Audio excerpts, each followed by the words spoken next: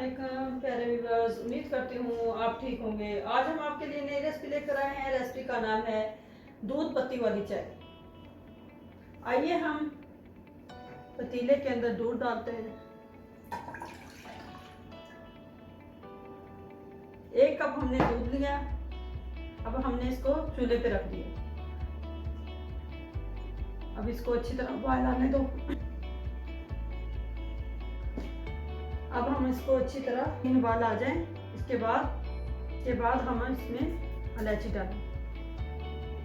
दूध अच्छी तरह पक चुका है, 2 से 3 उबाल आ चुके हैं। अब इसमें शुगर डालते हैं। अब हम इसमें 2 टीस्पून पत्ती डालते हैं।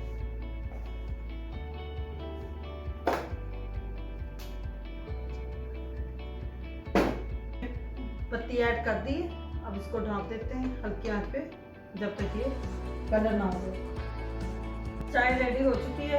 अब हम इसको सर्व करते हैं। हमारी वीडियो पसंद आए लाइक और सब्सक्राइब करना और बेल आइकन को प्रेस करना, ताकि हमारी वीडियो बर वक्त आप तक पहुंचे।